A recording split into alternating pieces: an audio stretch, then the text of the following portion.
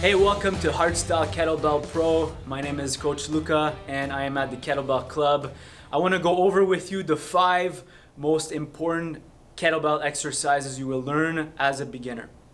But before you start lifting, you want to learn some very important principles that will be key in your success as a trainee. If you don't learn these, you're going to fail to get the results that you want and you might get hurt. So the principle is, number 1 is you got to learn how to create more tension. As my mentor, Pavel Tsatsouline, his main teachings are really, this is his philosophy in hardstyle, in any type of training, especially kettlebells, is you got to learn how to recruit more muscle fibers throughout your whole body. So when you're lifting, we use a technique called irradiation. Let's do this test. You're going to make a fist, a white knuckle fist, and you're going to start tensing as hard as possible, even harder and even harder and even harder and as hard as possible, and then you relax. What you notice is that the harder you contract, the recruiting or neighboring muscles were getting harder and harder, and this is really important to do. So you're going to focus on 3 main areas where you're going to have tension in your body. It's going to be your fists, your abs, and your glutes. So we say white knuckle fists, brace for a punch, and you're going to crush walnuts between your glutes, right? So if you isometrically tense these areas, you're going to feel your whole body getting tight as possible. It's going to be rock solid. So this is really important to do when you're lifting, because it's going to have a cheering effect and you're going to be stronger as a result, up to 30% stronger. The second thing you want to learn is how to power breathe. When you're doing a lift, is you want to increase the intra-abdominal pressure. Okay, so the way to do this is you have to create a small pathway for the air to escape. It's through the Valsalva maneuver. So you're going to exhale. It's like a unfinished exhalation with a breath hold as well. So you do this. Make the sound TS through pursed lips. And at the end you finish and you try to brace and compress the air using your diaphragm and your midsection muscles. So you're going to notice that your whole midsection is going to light up and your torso muscles are going to be strong, and it's going to protect your back. It's going to keep your spine neutral during your lifting. So these are the principles. Number 1 is total body tension or full body tension. Second thing is power breathing. Very essential for every beginner to practice and master. So the 5 lifts that you want to learn as a beginner, and these are the fundamental movement patterns. And you can have this will be a complete program, and you can train 3 times a week doing these lifts. First one is going to be a push. It's going to be the floor press. Second one is going to be a pull, the 1-arm row. Third one is going to be a squat, the goblet squat. Fourth is going to be a deadlift, your hip hinge. And the 5th is going to be a carry to complement the rest of the drills, to work on the grip and midsection as well. So you have your complete fundamental movement patterns.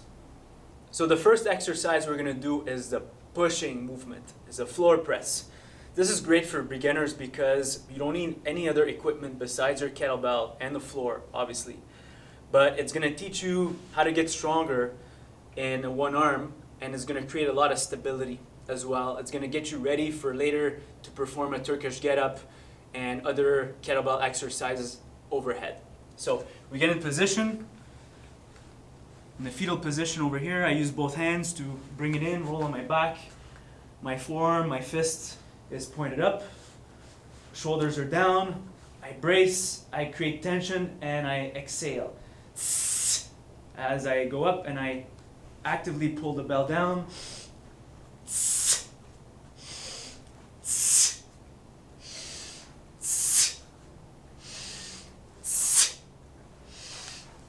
And then to bring it back down, I use both hands. I release the bell and I turn around like so. It's very important that you do not bring the kettlebell over your body. Always treat it safely. So this is a great exercise that will work your upper body strength and muscle. Next move is going to be a pull. This one is going to be the one arm row. Super basic. You don't need any other equipment besides the kettlebell, but it's going to work your pulling muscles. So your lats, your upper traps, your rhomboids, and all your back muscles. Okay? So you're going to get in position, get over top the bell, hinge your hips, and you're going to support yourself with the opposite arm on your thigh, like so. So the opposite arm is very strongly in place and is there to create as much support as possible. Back stays straight.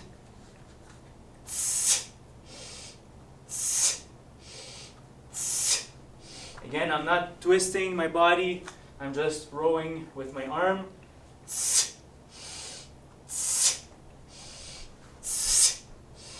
And then I switch sides.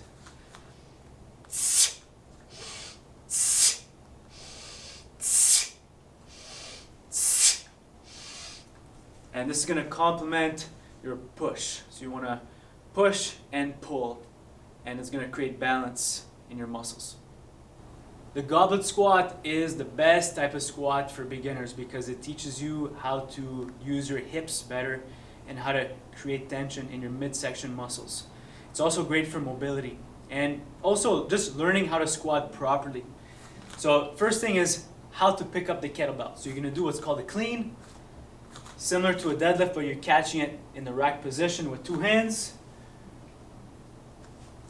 It's a pull and you catch, and you have to position your feet, I'd say hip width with the toes slightly turned out, shoulders down, and you're holding the kettlebell up. Make sure you're not holding it down here, you're holding it here. As I go down, I will push my knees apart and keep my back as straight as possible. The tip of my elbows will touch the inside of my knees, and I'm going to perform a grunt to come up.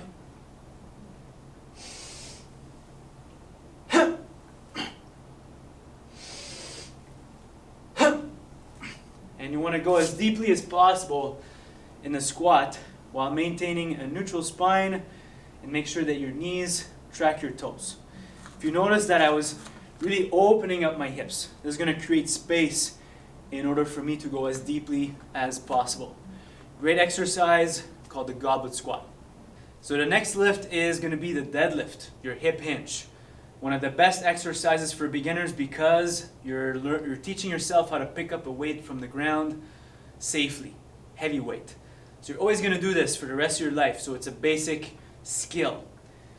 So you get over top the bell, make sure the handle's aligned with your ankles, push your hips back, keep the spine in a neutral position, reach down with long arms, and brace before lifting. Power breathe at the top, and I'm engaging my whole body. Push it back on the way down, touch the bell back softly, and repeat. Amazing exercise because it's going to build your movement pattern for what's going to come later on, which is the kettlebell swing. So you want to master this first. The suitcase carry is a great exercise to learn about stability, posture, and core engagement. So what you do is you have to master the deadlift first. So it's a single arm suitcase deadlift. You must place yourself right by the kettlebell, feet close together, pointed straight. Hinge your hips, make sure you reach down with both arms, pretend you're lifting two weights. Reach down, get tight before lifting, and go for a walk. The objective here is not to walk fast, but to walk slowly and feel your feet, feel the ground with your toes, keep your body straight, and you don't want to be bending down the wrong way, twisting, or bending at all. So great core exercise. You perform one set on each arm. You go as long as you can, and then you relax your grip and repeat for several sets.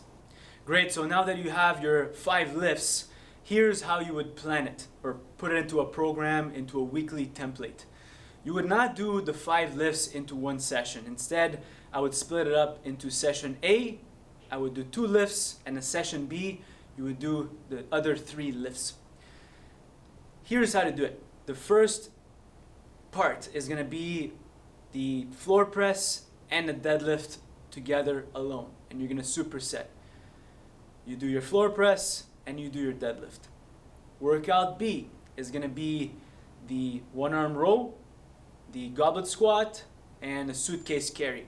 Okay, here's how many sets and reps. These are general guidelines, guys. So you're going to start the first week with 2 to 3 sets of 2 to 3 reps. Think of it as a practice because you're working on your technique.